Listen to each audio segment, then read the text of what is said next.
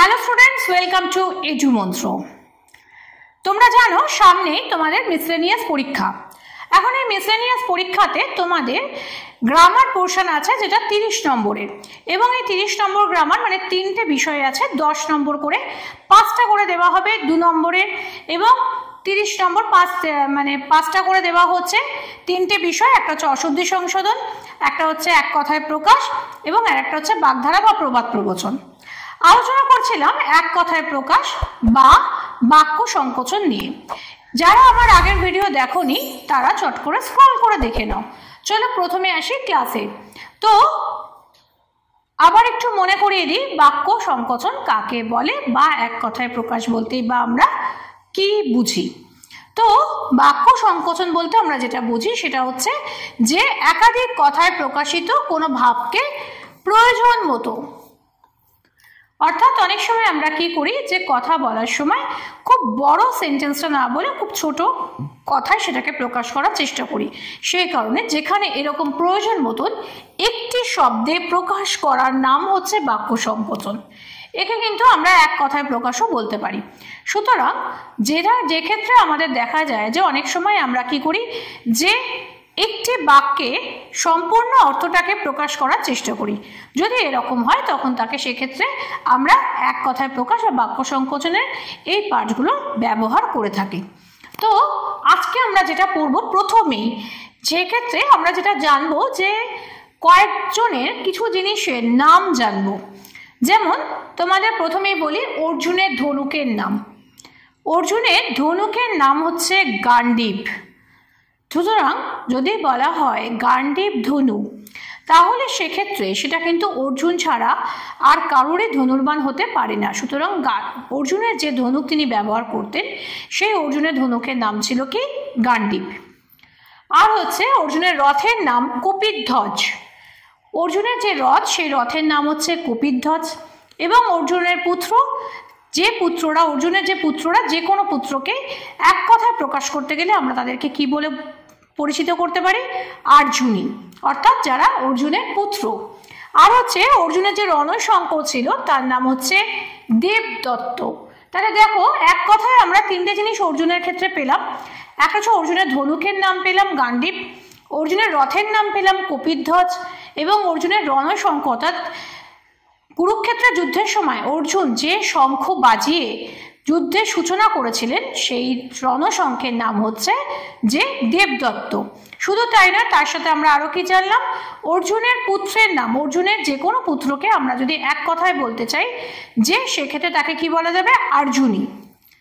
তারপর হচ্ছে কি অঞ্জনার পুত্র আঞ্জনেয়।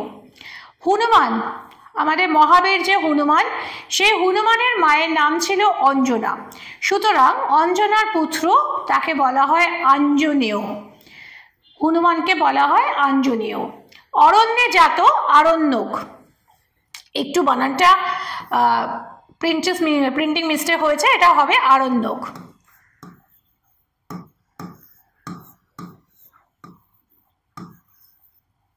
আচ্ছা, অপরকে কর দেয় যে করদ।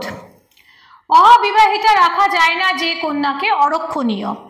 এক্ষেত্রে এই অরক্ষণীয় কথাটা এখন খুব একটা তোমরা ব্যবহার হয়তো পাবে না, কিন্তু একটা সময় কি হতো যে মেয়েদের একটা নির্দিষ্ট বয়সের মধ্যে বিয়ে দিতে হতো, তাহলে সমাজে এক ঘরে করা হতো।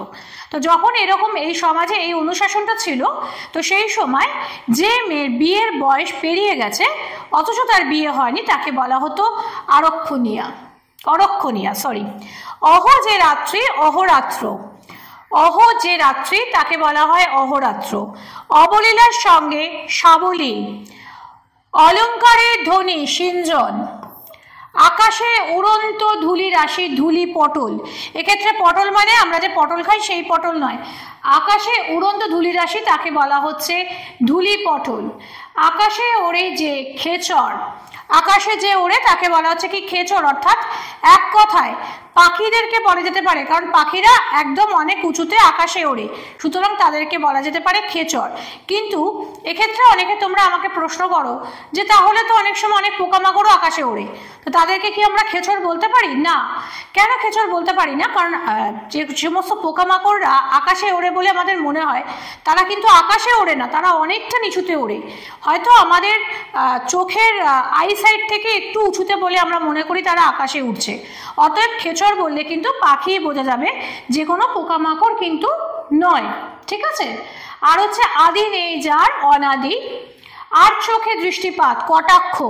হ্যাঁ, এটা তো এক্ষেত্রে সবসময় কটাক্ষপাত আমরা বলে থাকি যে হ্যাঁ কথায় কথায় কটাক্ষপাত করো না, অর্থাৎ আর চোখে তাকানো, তাকে বলা হয় কটাক্ষপাত।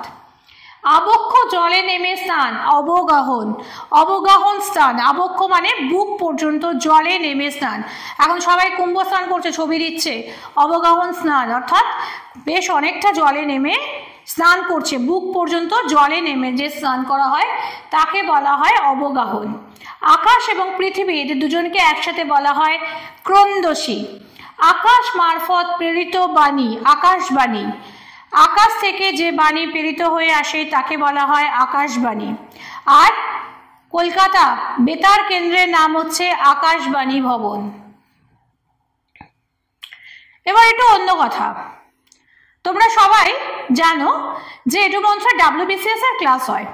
তো 2024 WBCS ক্লাস কিন্তু শুরু হয়ে গেছে, অনলাইন এবং অফলাইন দুটোই কিন্তু ক্লাস হচ্ছে।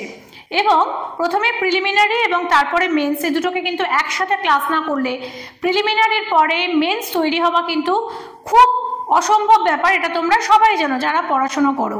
সুতরাং পকেট ফ্রেন্ডলি কোর্সে পকেট ফ্রেন্ডলি ফিজের মাধ্যমে কোর্স দেওয়া হচ্ছে এবং প্রত্যেকটা বিষয়ের আলাদা আলাদাভাবে ক্লাসগুলোকে করানো হয়। তোমরা যারা জানো তারা কিন্তু এখনো অবধি ভাবছো যারা যে কি করবে, তাদের জন্য স্ক্রিনে দেওয়া নম্বরে ইমিডিয়েট যোগাযোগ করো। আমাদের ফ্যাকাল্টিসরা রয়েছে, প্রিলিমিনারি এবং মেন্স এই দুটোর ক্ষেত্রেই খুব শিগগিরই জয়েন করো এবং তোমাদের সাফল্যের পথে আরও এক ধাপ করে এগিয়ে যাবার জন্য তৈরি হও। সঙ্গে রয়েছে টিম এডু মন্ত্র।